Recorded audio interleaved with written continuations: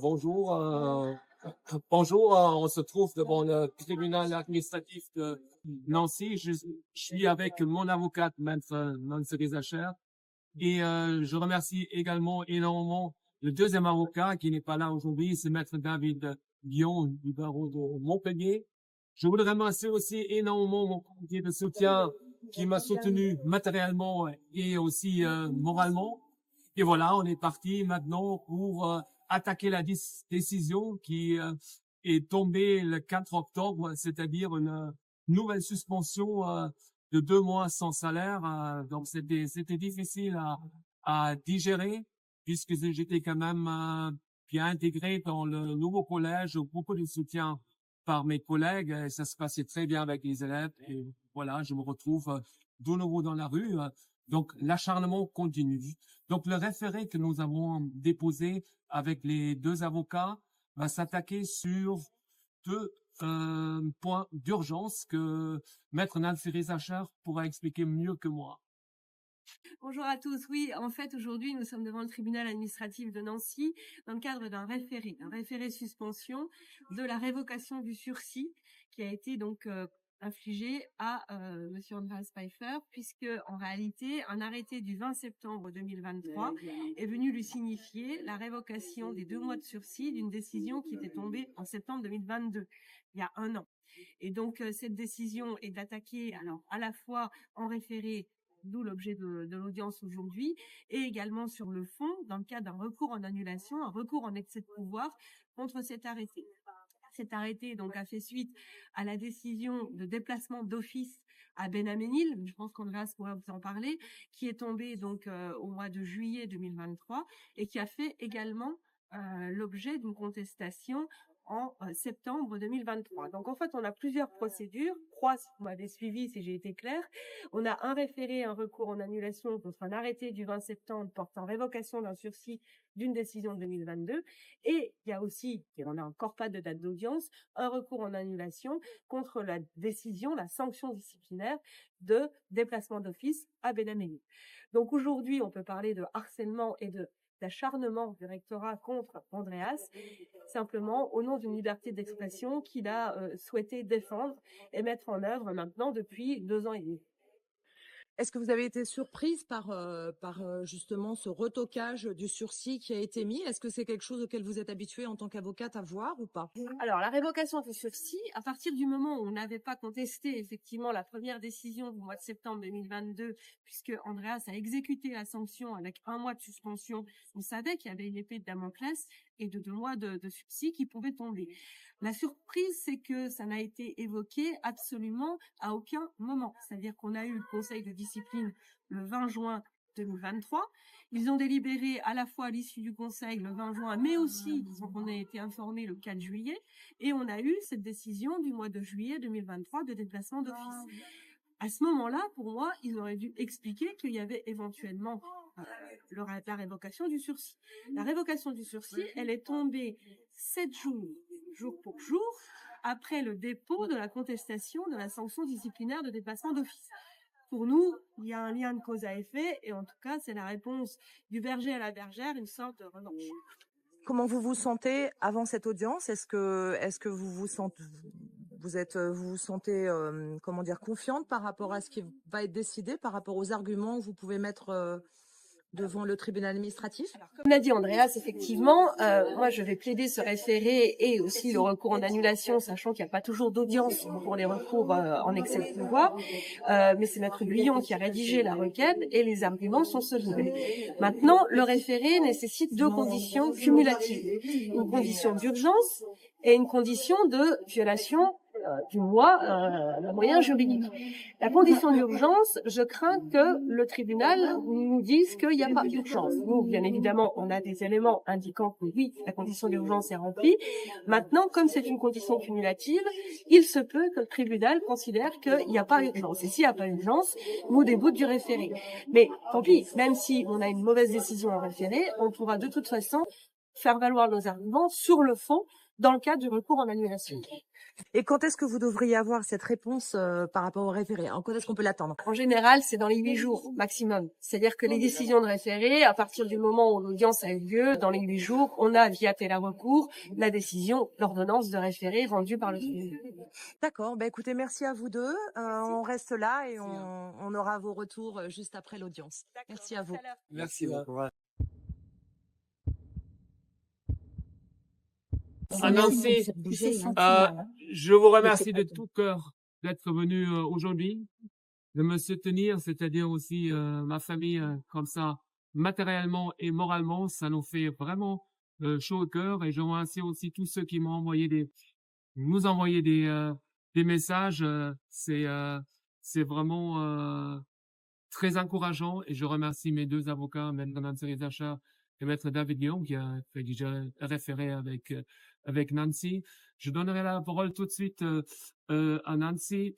Je suis content du déroulement de l'audience, qu'on a pu s'exprimer, qu'on a pu compléter avec mon avocate et on a tout fait pour défendre des valeurs et après on verra. Hein.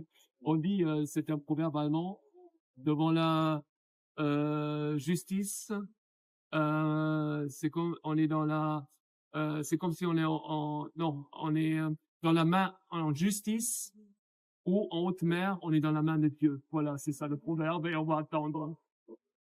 Restons dans la main de Dieu.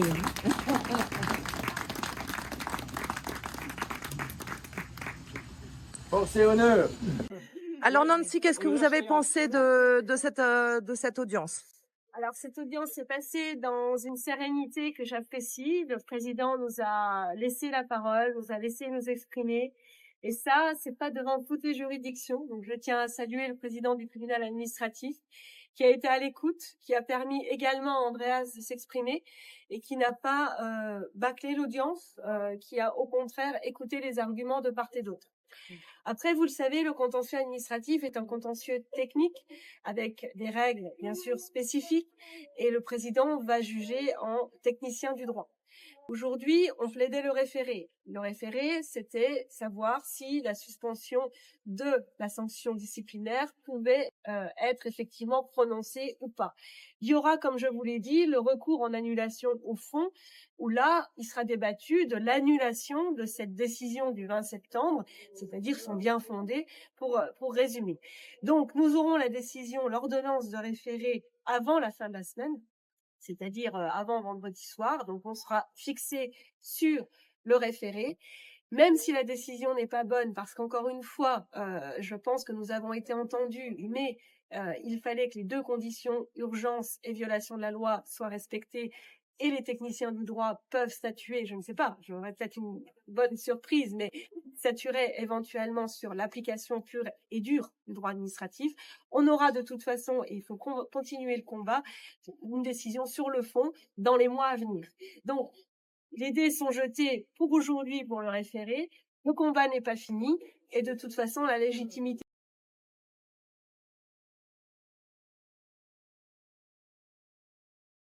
Est-ce que j'avais une petite question par rapport à cet article 513 où il disait que le sursis était automatiquement levé. Je n'ai pas bien compris la différence entre le fait qu'on lève le sursis pour un élève et pas pour un professeur. Est-ce que vous pourriez réexpliquer parce que c'est pas très clair pour moi. Alors en fait, c'est le pouvoir d'appréciation de l'administration. Pour un élève, la révocation du sursis n'est pas systématique. C'est-à-dire qu'un élève qui a une sanction disciplinaire qui recommet une infraction au règlement intérieur ou en tout cas sanctionné disciplinairement, il y a un pouvoir d'appréciation de l'administration qui dit, bon, soit on sanctionne cette fois-ci mais on ne révoque pas le sursis, ou on sanctionne et on ajoute à cette nouvelle sanction la sanction précédente qui était en sursis. Pour un enseignant, c'est différent. Pour un enseignant, c'est comme si vous aviez effectivement un passif où lorsque vous avez une sanction qui intervient dans les 5 ans de la précédente sanction, la révocation du sursis est automatique. C'est là-dessus aussi que ça va se jouer. Nous, on a défendu le fait que, oui, ça on le savait, l'application de l'article 533, L533-1, il n'y a pas de problème, on le connaissait.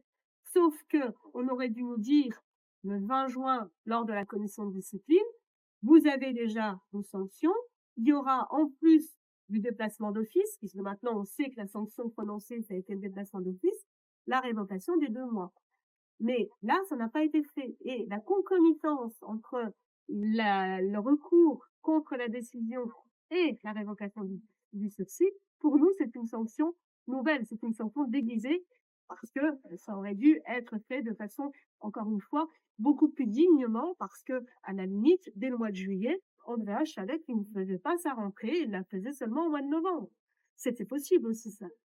C'est ce jeu, en fait, de ping-pong avec l'administration qui ajoute à l'acharnement, au harcèlement et au fait qu'il n'y a aucune sérénité dans la situation juridique d'Andreas, puisqu'il est à la merci d'une notification, alors qu'on aurait dû faire les choses éventuellement plus proprement dès le 18 juillet, puisque la sanction, elle a été notifiée, le déplacement d'office à Ben Aménil a été notifié le 18 juillet. Et le fait que la sanction originelle soit contestée n'empêche pas le fait qu'il puisse retoquer ce sursis? Attention, la sanction originelle, on parle du 16 septembre 2022. Cette sanction, on l'avait pas contestée parce qu'elle était extrêmement clémente. Et d'ailleurs, elle a été exécutée. Le mois qui n'était pas en sursis, Andreas a été suspendu avant les vacances de Toussaint, au moment où il a eu la notification. Là, je parle de la décision du 16 septembre 2022. Ce qu'on a contesté, c'est la décision du 18 juillet 2023, le déplacement d'office. Voilà. Ok. Merci beaucoup, Nancy. Merci à vous. Merci, Andreas. Merci, Nancy. Je vais juste rajouter un mot. Quand on a engagé les recours, c'était au mois de septembre. À ce moment-là, j'ai parlé aussi avec ma femme, Clotilde, qui est là.